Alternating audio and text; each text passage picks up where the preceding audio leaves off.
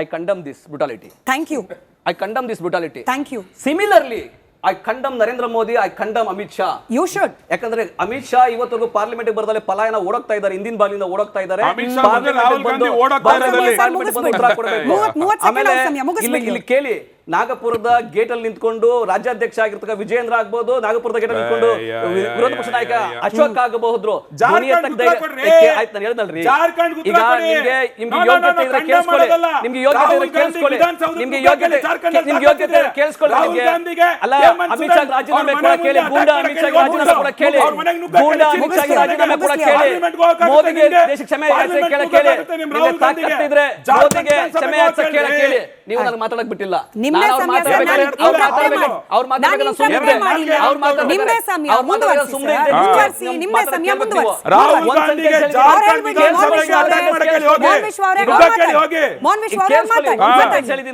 ಎರಡನೇ ಸೆಂಟೆನ್ಸ್ ಕೇಳಿಸ್ಕೊಳ್ಳಿ. ಅಮಿತ್ ಶಾ ರಾಜೀನಾಮೆ ಕೊಡಬೇಕು, ಮೋದಿ ದೇಶದ ಕ್ಷಮೆ ಯಾಚಿಸಬೇಕು. ಯಾವ ರೀತಿ 5,000 ಕೇಸ್ ಹಾಕಿ FIR ಮಾಡಿದಾರಲ್ಲ ಡೆಲ್ಲಿನಲ್ಲಿ, ಕೇಳಿಸ್ಕೊಳ್ಳಪ್ಪ, ನಾನು ಹೇಳಿದ್ದೀನಿ, ಕೇಳಿಸ್ಕೊ. ನಿಮ್ಮ ತರ ಡೋಂಗಿಗಳಲ್ಲ ನಾವು, RSS ನಮಗೆ ಅಕೌಂಟಬಿಲಿಟಿ ಇಲ್ಲಬೇಕು. ಹಂಗಾಗಿ ದಯವಿಟ್ಟು ಇಂಟರಪ್ಟ್ ಮಾಡಬೇಡಿ. ಒಂದು ನಿಮಿಷ ಪೂರ್ತಿ ನಟರಾಜ್ ಗೌಡ ವಾಯ್ಸ್ ಕೇಳಿಸ್ಕೊಂಡು ನೀವು ಕೌಂಟರ್ ಕೊಡಿ. ನೀವು ಕೇಳಿಸ್ಕೊಂಡು ಕೌಂಟರ್ ಮಾಡಿ. ಕೇಳಿಸ್ಕೊಂಡು ನೀವು ಕೌಂಟರ್ ಮಾಡಿ. ಒಂದು ನಿಮಿಷ ಸರ್, ಎರಡೇ ಸಿಂಪಲ್ ಪ್ರಶ್ನೆ. ಇಲ್ಲ ಸರ್, ನಿಮಗೆ ಸಮಯ ಕೊಟ್ಟೆ ಕೊಡ್ತೀನಿ. ನಟರಾಜ್ ಗೌಡ್ರೆ ವಿಷಯ ಬನ್ನಿ. ಸಿಂಪಲ್ ಪ್ರಶ್ನೆ. ಕೈಂಡ್ಲಿ ನಮಗೆ ಅಕೌಂಟಬಿಲಿಟಿ ಚಾಣಕ್ಯ ಅವರೇ, ಅಭಿಷೇಕ್ ಅವರೇ, ಮೋಹನ್ ವಿಶ್ವ ಅವರೇ, ಇವರ helping them, you are helping them. ಬೇಡ, ಎರಡೇ ಸಿಂಪಲ್ ಪ್ರಶ್ನೆ ಸರ್. ಜಾರ್ಖಂಡ್ ನಲ್ಲಿ ಆದ ಪೊಲೀಸರ ಲಾಠಿ ಚಾರ್ಜ್ಗೆ ಕಾಂಗ್ರೆಸ್ ಪಕ್ಷದ ವಕ್ತಾರರ ನಿಮ್ಮ ಉತ್ತರ ಏನು? KPSC ವಿದ್ಯಾರ್ಥಿಗಳ ಮೇಲೆ 35 ಕೇಸು, 38 ಕೇಸು, ಅದ್ರ ಬಗ್ಗೆ ನಿಮ್ಮ ಉತ್ತರ ಏನು? Simple sir. ನಾನು 2 ಸೆಂಟೆನ್ಸ್ ಹೇಳಿದ್ದೀನಿ, 3ನೇ ಸೆಂಟೆನ್ಸ್ ಕೇಳಿಸ್ಕೊಳ್ಳಿ. KPSC ಕ್ಲೀನ್ ಮಾಡಬೇಕಿದೆ, ಅದಕ್ಕೆ ರಾಜ್ಯ ಸರ್ಕಾರ ಬದ್ಧವಾಗಿದೆ, ಅದಕ್ಕೊಂದು ಸಮಿತಿ ರಚನೆ ಮಾಡಿದೆ. 3ನೇ ಸೆಂಟೆನ್ಸ್ ಏನು ಗೊತ್ತಾ? ಇವತ್ತೇನು ತಾತ್ಕಾಲಿಕ ಪಟ್ಟಿ ಬಿಡಬೇಕಾಗಿದೆ 384 KS ಮತ್ತೆ ಪಶು ವೈದ್ಯಾಧಿಕಾರದ್ದು, ಅದನ್ನ ಬಿಡಿ ಅಂತ ಹೇಳಿ ಮನವಿ ಮಾಡ್ತಾ ಇದ್ದಾರೆ ವಿದ್ಯಾರ್ಥಿಗಳು. 1000 ಜನ ಎಕ್ಸಾಮ್ ಬರ್ದಂತವ್ರು, ಯಾಕಂದ್ರೆ ಮುಂದಕ್ಕೆ ಓದಬೇಕು ಅವರು, ಆ ಮಕ್ಕಳ ಭವಿಷ್ಯ ಮುಂದಕ್ಕೆ ನೋಡ್ಕೋಬೇಕು. ಅದಕ್ಕೆ ಕೇಳಿ, ಅನ್ಯಾಯ ನೀವು ಮಾಡ್ತಾ ಇದ್ದೀರಾ, ಮಕ್ಕಳಿಗೆ ಅನ್ಯಾಯ ನೀವು ಮಾಡ್ತಾ ಇದ್ದೀರಾ. ನೀವು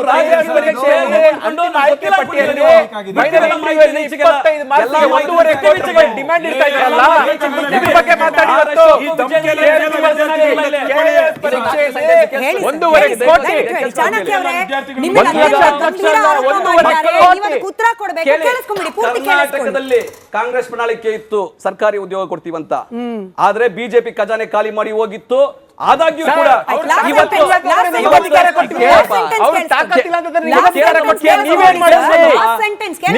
ಯುವಕರು ವಿದ್ಯಾರ್ಥಿಗಳು ಪ್ರೊಟೆಸ್ಟ್ ಮಾಡಿದ್ರು ಹುಬ್ಳಿ ಧಾರವಾಡದಲ್ಲಿ. ಮುಖ್ಯಮಂತ್ರಿಗಳು ಅವ್ರನ್ನ ಕರೆಸಿ ಹೋಗಿ ನಾವು